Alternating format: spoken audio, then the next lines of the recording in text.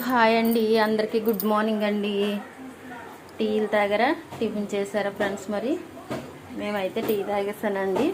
Tea పెట్టుకున్నాం, తాగేసాం. ఒక విషయం ఏంటంటే, కూరకి ఏమీ లేవండి ఈరోజు. నేనైతే కొద్దిగా దొండకాయలు ఉంటే దొండకాయ పచ్చడి చేస్తున్నానండి. ఇదిగోండి దొండకాయ ముక్కలు, ఇదిగో పచ్చిమిరపకాయలండి. చూసారు కదా, పొయ్యి మీద మూకుడు పెట్టాను కదా. ఇది చేసుకునే విధానం అయితే ఇదండి.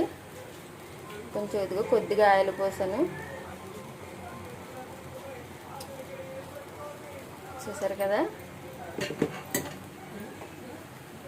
ఎందుకంటే కూర ఏమీ లేనప్పుడు సింపుల్గా దొండకాయ ఫ్రై చూసాము, దొండకాయ కూర చూసాము, కొబ్బరి దొండకాయ కూడా చూసాము. ఈ దొండకాయ పచ్చడి ఎలా అనేది మీకు చూపిస్తానండి నేను. అంటే మరి మా ఫ్యామిలీ పెద్దది కదా, కర్రీకి అయితే సరిపోవండి ఇవి. అందుకని నేనైతే పచ్చడి చేద్దామని ఇగో పచ్చిమిరపకాయలు దొండకాయలు కోసి పెట్టుకున్నానండి. ప్రాసెస్ చూపిస్తాను మీకు. చూడండి, నూనె వేసాం కదా. ఇగో పచ్చిమిరపకాయలు ఇలా ముందుగా వేపేసుకోవాలండి. ఈ దొండకాయ పచ్చడి అనేది చాలా సింపుల్ అండి, సింపుల్గా రెడీ చేసుకోవచ్చు. ఇంకా పచ్చిమిరపకాయలు వేస్తున్నాయి కదా, ఈలోపు మనం ఏం చేద్దామంటే దీనికి తగినంత చింతపండు అయితే నానబెట్టుకుందామండి. ఇదిగో తగినంత చింతపండు అంటే మరి ఇది కొంచెం నల్లగా ఉందని అనుకుంటున్నారేమో. కాదండి, సంవత్సరం అంతా నిల్వ ఉండేలాగా ఒక డబ్బాలో అయితే పెట్టానండి నేను, కొలిసేసి. ఇవి ఇందులో కొంచెం వాటర్ పోసి నానబెట్టుకుందామండి.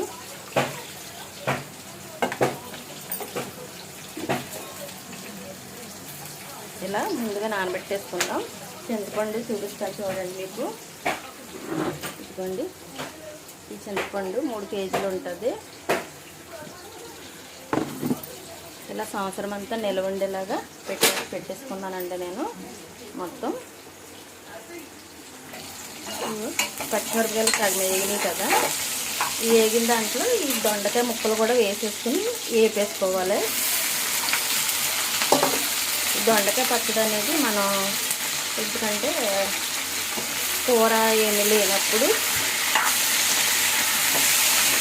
ఈ దొండకాయలు సరిపోవండి, 1/2 కిలో ఉన్నాయి.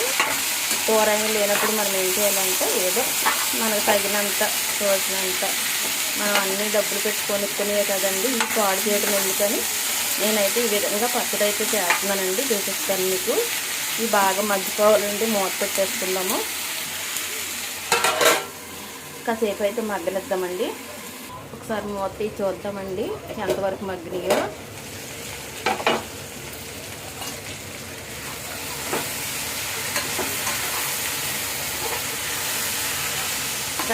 సగం వరకు మగ్గినాయి కదా. ఇందులో మనం ఏం చేద్దామంటే కొద్దిగా సాల్ట్ అయితే వేసుకున్నాం. సాల్ట్ వేసుకుంటే తొందరగా మగ్గిపోతాయి కదా, ఆ విషయం మీకు తెలుసు.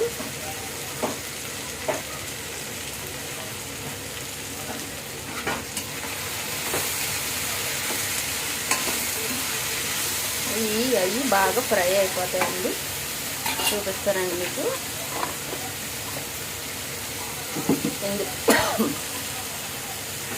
బాబాయ్ ఘాటుగా ఉన్నాయండి పచ్చిమిరపకాయలు, దగ్గు వచ్చేస్తుంది. మూత ఎత్తేసాను. ఇందులోకి పోపు దినుసులు రెడీ చేసుకుందామండి. ఇదిగోండి, దీనికి కావాల్సిన పోపు దినుసులు పచ్చెనగపప్పు, ఒక ఎండుమిరగా వేసానండి. ఎందుకంటే పచ్చిమిరపకాయలు ఘాటుగా ఉన్నాయి, బాగా ఘాటు వచ్చేస్తుంది, దగ్గు కూడా వచ్చేస్తున్నది. ఇదిగో జీలకర్ర, కరివేపాకు, ఇదిగో కొంచెం మినపప్పు వేసానండి. అవి వేగిన తర్వాత మనం ఏం చెప్తే తాలింపు పెట్టుకోవాలి. చింతపండు నానబెట్టుకున్నాం కదా. చాలా చిన్న ప్రాసెస్ అండి ఇది. మనకు పచ్చడి అనేది చాలా ఫాస్ట్గా రెడీ అవుతుంది. ఇదిగో చూసారా, బాగా మగ్గినాయి కదా. ఇంకా మగ్గాలండి, బాగా దగ్గరికి వచ్చేది. ఈ టిఫిన్ కూడా మామూలుగా ఇలా రెడీ చేసుకోవచ్చండి. టిఫిన్లో కూడా చాలా బాగుంటుంది. ఇప్పుడు ఈ పచ్చడి అనేది వేడి అన్నంలో నెయ్యి వేసుకుని ఈ పచ్చడి వేసుకుంటే చాలా టేస్టీగా ఉంటుందండి. చూసేస్తామండి. ఇగో బాగా మగ్గిపోయినాయి. ఇప్పుడు మనం ఇందులో ఏం చేద్దామంటే లైట్గా కొంచెం పసుపు వేసుకుందామండి. ఇదిగో కొంచెం తోలం పసుపు అయితే సరిపోతుంది.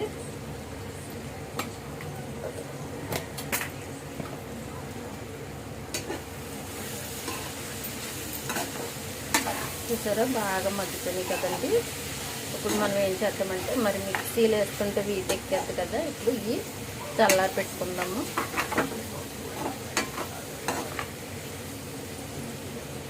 స్టవ్ ఆపేసుకుని కొంచెం చల్లారి పెడతామండి. ఇవి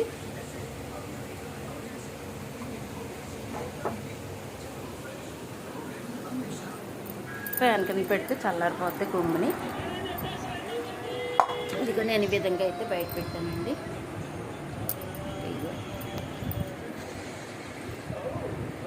చూసారా టీవీ ఆడుతూనే ఉంటుందండి మా ఇంట్లోని.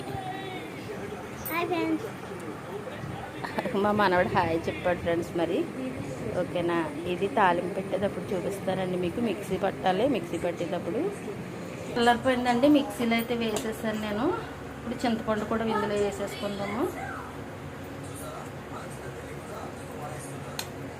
ఇలాగా మామూలుగా వేసేసుకోవచ్చండి, ఏం కాదు. లైట్గా వాటర్ పోసుకుందాం కొద్దిగా.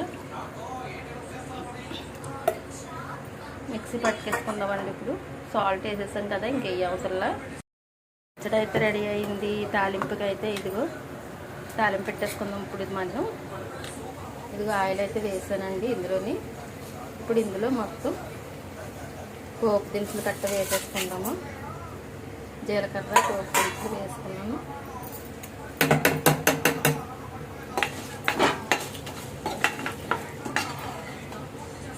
ఇవి వేయించిన మూకుల్లోనే వేసానండి. ఎందుకంటే మళ్ళీ వేరే గిన్నె చేసుకోవాలి కదండి. మరి పని చేసుకోలేక అందులోనే వేసాను. తాలింపులు అయితే బాగా ఎగిపోయాయండి. ఇలా దోరగా అయితే వేయించుకోవాలి. దోరగా వేయించుకుంటే అందులో మనం తినేటప్పుడు మనకి పంటి కింద పడితే కనుక చాలా టేస్టీగా ఉంటుందండి. పచ్చెనపప్పు మినపప్పు అనేది చేసిన ఫాస్ట్గా రెడీ అవ్వాలి చట్నీ అంటే కనుక ఈ ప్రాసెస్ అయితే ఇలా చేయండి. దొండకాయలు ఉన్నటప్పుడు తక్కువగా ఉన్నటప్పుడు ఇలా పచ్చడి చేసుకుంటే కనుక చాలా బాగుంటుందండి. మనకి కర్రీకి సరిపడగా ఉండదు కదా. అలాంటప్పుడు ఇలా వినియోగించుకుంటే కనుక చాలా చాలా బాగుంటుందండి. ఇందులో చారు కూడా అవసరం లేదు. దొండకాయ కదా పులుపు ఉంటుంది. నేనైతే టమాటా కూడా వేయలేదండి, చింతపండే వేసాను.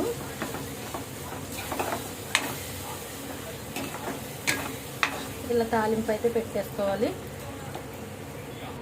చూసారు కదా దొండకాయ పచ్చడి ఎలా అనేది బాగా కుదిరింది కదండి. టేస్ట్ కూడా చాలా చాలా బాగుంటుంది. అన్నీ సరిపడగా వేసానండి నేను.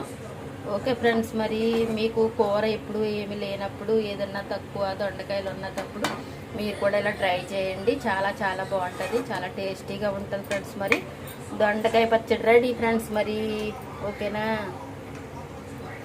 తింటే కానీ టేస్ట్ తెలియదండి. చాలా అంటే చాలా బాగుంటుంది. మీరు కూడా ఒకసారి ట్రై చేయండి. ఇదే విధంగా దోసకాయ పచ్చడి కూడా ఇలాగే చేసుకోవచ్చు. ఓకే ఫ్రెండ్స్, మరి ఈ వీడియో నచ్చినట్టయితే లైక్ చేయండి, సపోర్ట్ చేయండి, నా ఛానల్కి ఎంకరేజ్ చేయండి ఫ్రెండ్స్, షేర్ చేయండి. ఓకే ఫ్రెండ్స్, మరి నన్ను ఇంకా ముందుకు నడిపిస్తారని మనస్ఫూర్తిగా కోరుకుంటున్నానండి. ఇది ఓకే ఫ్రెండ్స్, మరి బాయ్ బాయ్.